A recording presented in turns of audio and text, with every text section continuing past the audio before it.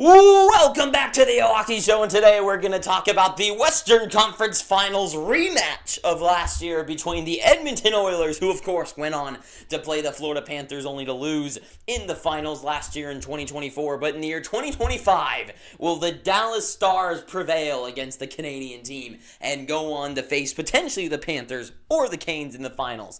Let's talk all about this series, but first, you should subscribe because it'll make me happy and you happy because you'll stay up to all the hockey content you need to know and the best information you get, because this is the best channel to get it from. Everyone else is stupid, so you should subscribe right now and like, because why not? But let's talk about the actual series. So the series between the Dallas Stars and the Edmonton Oilers last year, of course, like I said, Edmonton won, but I am one of the biggest, firmest believers that last year, I don't want to say a fluke, because, a fluke is like just completely an accident or something like that, but I think the Stars, perfectly aligned for the Stars to get casted out. They played the Vegas Golden Knights in round one of the deepest, one of the toughest, one of the grittiest teams that could just drive out, and I know the Oilers just beat them in 5, but I feel like the Oilers, whatever, I'll say that later, but for Vegas last year, they dragged out the Stars to a 7-game series. It was a nutso series that brought out so much out of each team. They finally get past Vegas to play Nathan McKinnon-Rantanen, who's now on this team,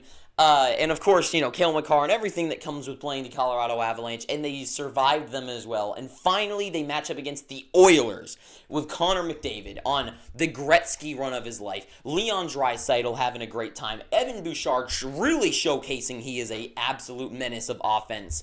And I think it was the perfect Stars that is just like the Oilers had an easier series against the Canucks. They had an easier series lead up to the conference finals, and just the Stars were dazed. They're tired. They can't keep up anymore with these super high profile players, and just couldn't contend anymore. Also, it just did not look like the year for Ottinger. It didn't look like the year where some of these guys are really coming up to bat. But to me, this year is going to be different for both ends, because I think last year McDavid was solely carrying this team. I would say so. If anyone wants to take credit away from the guy that won a Conn Smythe, I think it's kind of stupid he did, but still, having a worthy enough season to win a Conn Smythe being on the losing team is legendary, right? And he carried them. This year, things are different. He's not even leading in the playoffs in points. That's, of course, Mikko Rantanen. But this team has do they have the most goal scorers for a team in the playoffs so far? I don't know. But regardless, this is the deepest the Oilers have looked in any of these years. McDavid is being a star. Draisaitl is getting goals. Hyman is doing okay. But you can just keep going down the list of players on this team, going down to defense as well. Even in the absence of Ekholm, like their defense is rising to the occasion. The guys in the depths of the pairings. Everyone's looking like is coming to play and have shown up, right? And in a team that is like headed by McDavid and Leon Draisaitl, they don't need to be superstars, right? They're not both like these guys down the wings like Kulak or whoever you want to bring up. They're not playing like Miro Heiskanen and Thomas Harley, but they're playing good enough for a team that can be led and carried by those top end guys, and they're doing it really well and impressively. But it's been rough. It has been a rough go for the Edmonton Oilers, right? First round against the Kings, it looked like they were dead to rights. They looked like they were losers, and it was going to be the year they get bounced in the first round. They persevere, and they dig out of the trenches and somehow get past the Kings. Are the Kings frauds? It's kind of looking more like it, that maybe the Kings just kind of suck. And then, in the second round, they get past the Vegas Golden Knights in 5 games. Vegas, to me, has made some of the worst decisions for a front office. I think they have their super menace mentality. They're gritty, they're fighting, but they're getting older, right? They're getting older, and they're getting less deep. I think sure, guys like Dorofiev has emerged. They bring in Thomas Hertl, but when it comes to guys like Marcia So of the past, right? Guys that actually carried them to a Conn Smythe.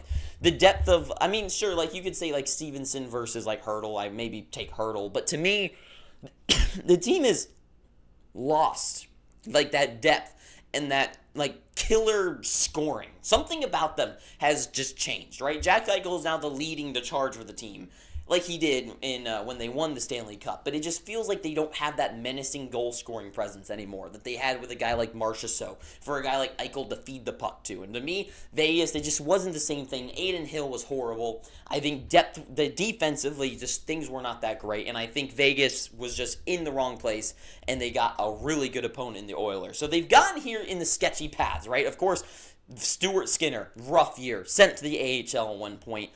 Calvin Pickard has a 6-0 record, but has a lower than 900 save percentage, and somehow with a goals against of in the twos, which is like it's baffled. It's just insane what like these goaltending numbers are, right? The Oilers have gotten here in dirty, ugly ways, but they've gotten here.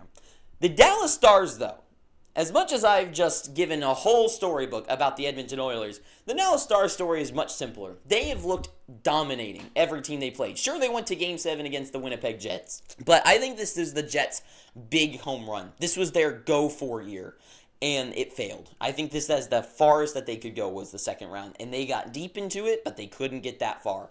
I think the Jets were a great, deep composition that loves to play very stingy defense, and they do it really well, but it didn't matter. The Dallas Stars come out on top. They make the Avalanche also just sad, and then they get past the Jets, and I think they've done it with a absolute impressive run. Mikko Rantanen has emerged from playing on this team just to become, in the regular season, looking like really a nobody, and has become, and I'm not breaking the news or anything, we all know, he leads the NHL in points right now. He is a superstar on the ice. He is making plays. He might not be the most dominating force, but with the depth, and I know I keep saying depth, but it's just Dallas is so deep, and so is the Oilers. But it's just, he just finds the perfect times to score. He is working with these guys in such a great way. And it's just with Rantanen becoming a star, Harley emerging as the number one defenseman, along as Miro Heiskanen coming back as well. So now they have two number one defensemen that they can play on different times of the ice. So they can always have a guy who could be a true, like, Conn Smythe-worthy defenseman on the ice at all times. And Jake Ottinger has been unreal. Unreal stuff by the Dallas Stars. Have looked impressive the whole way and never bad. And it is insane to think about. Because it is insane to me that I'm not convinced Dallas is going to win this series because of what happened last year. But I don't think Dallas has that. They're not tired out, it looks like to me. I don't think they've gone through the Jets, they've gone through the Avs, but I think they still have it in them. I think a lot of the depth guys, they have an emerging star like Mikko Rantanen that they didn't really have last year. And to me, there is two paths to victories for these two teams, right? For the Edmonton Oilers, to win this series, they're going to need to overwhelm the other team with offense. They need to overwhelm with rolling lines with McDavid and then Draisaitl and then Hyman and Hopkins and just keep rolling the lines with guys that just keep going down and down and down with Kapanen and Corey Perry. Like they have Henrique. They just have so many guys that are just playing so well right now that can play just dangerous offense and make up for the fact that everything past behind the red line has been pretty not. No matter what I say, well, like, no one will agree with, right? If I say that defense and goaltending has looked horrible, they'll be like, Stuart Skinner can show them out. Calvin Pickard's 6-0. Like, they can say whatever, right? Then it doesn't make it. I got a random phone call. It doesn't matter, right?